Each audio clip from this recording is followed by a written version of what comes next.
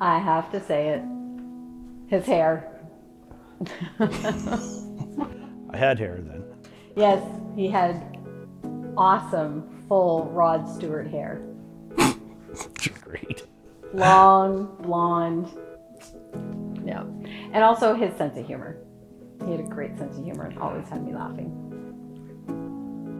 With Jackie, she was always a sort of center of fun, and there was always fun around her. She was busy. It was just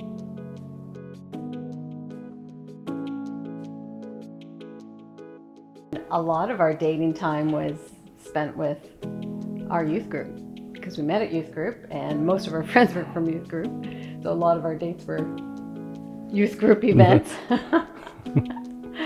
But yeah, how did we date? We loved going on long drives. We loved going for hikes, taking the big dogs for walks in the bush. We loved spending time, just the two of us, but we loved spending time with friends as well. surround yourself with good friends, people that you can spend quality time with that share the same goals that you have, or not goals, just attitude. For us, that was what we had. A lot of good friends and good youth leaders. Yeah, it really does make a difference, the people you surround yourself with and the friends that you hang out with.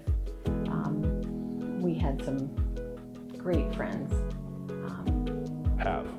And still have them today. Yeah, same friends that we were friends with back in our dating years are still some of our friends today. And I think quality friendship is very important.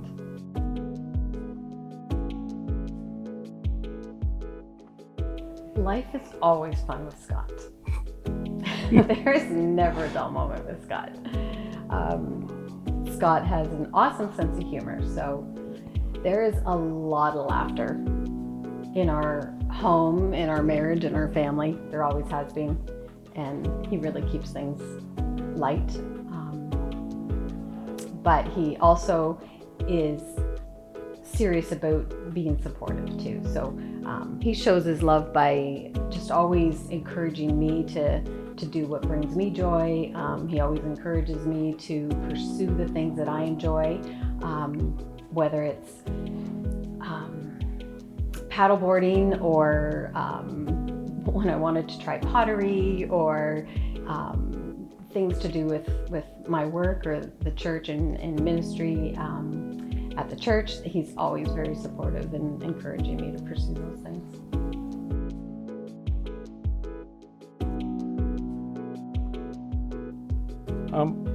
One thing that I've always tried to do is to encourage Jackie, and Jackie encourages me to things that we do together as a family and things that we do apart, not as a family, as something that I go out with my friends, be it playing hockey, playing golf, doing just things apart and, support each other in doing those things. And yeah, we've had a lot of great times just being able to support each other, lots of great trips that we've done because of my golf addiction that we've ended up all over southeast United States, so it's always been fun, and up to Wava, paddleboarding, kayaking, different things. We just support each other in being together and being apart and enjoying that time apart.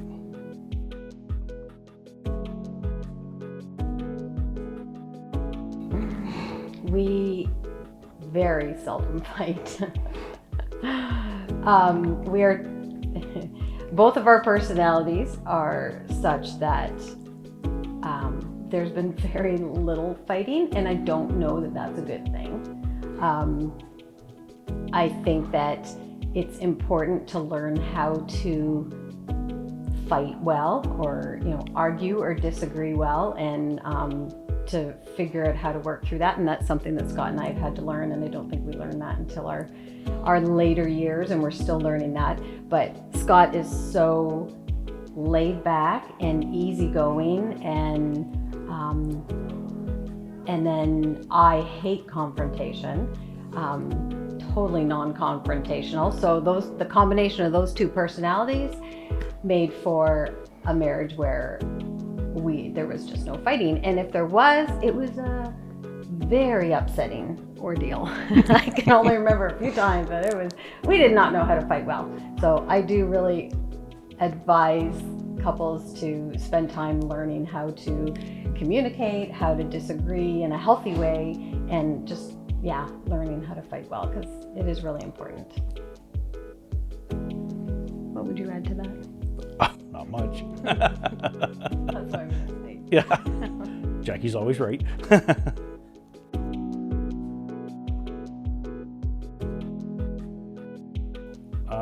Well, for me, during my working years, was coming home and knowing that when I came in my front door, it was our home. We were our family. When we had our girls, it was our family. The support for each other, but just a lot of it was knowing there was a lot of support at home, knowing that home was always a safe, fun, great place to be. Never begrudged going home. Never can remember a time when it was like, going home. It was always, no matter what, could be from long couple of weeks away for work to, late nights out playing hockey or whatever, but it was always a fun, never felt like it was a chore to come home. It was always a good, safe place. I think we worked hard at trying to make home just a really comfortable, and I think, like we said earlier, a safe haven for both of us, but also for our kids. I think the other key thing is to always remember to put each other first, and never take each other for granted. I think that a mistake that a lot of families make, or a lot of couples make, and it's so easy to do, is to put the kids first, and to put your own relationship on the back burner. And I don't even know where we learned it or how we learned it, whether it was Pastor Steve Paul and Emmanuel Berry years ago talking on family and marriage, or if it was Focus on the Family or what. But I remember hearing that the best thing you can do for your marriage and for your kids is to put each other first. And so we've really tried to do that. And I think that it's just been the healthiest thing for our marriage, and it's been the healthiest thing for our family as well. The best thing you can do for your kids is love each other really well.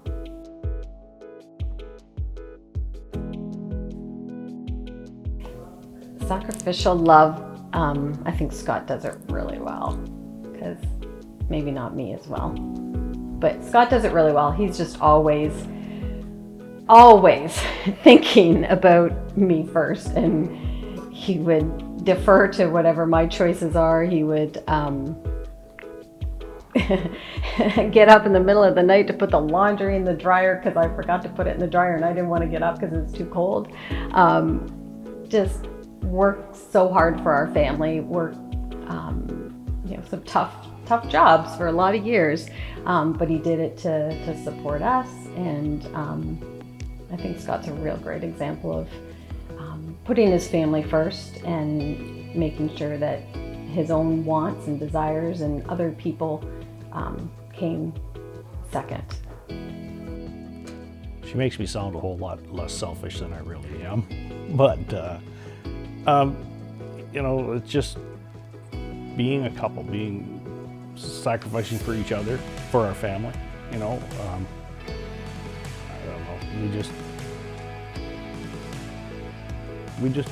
I don't know, did what we had to do to put each other first and worked at that.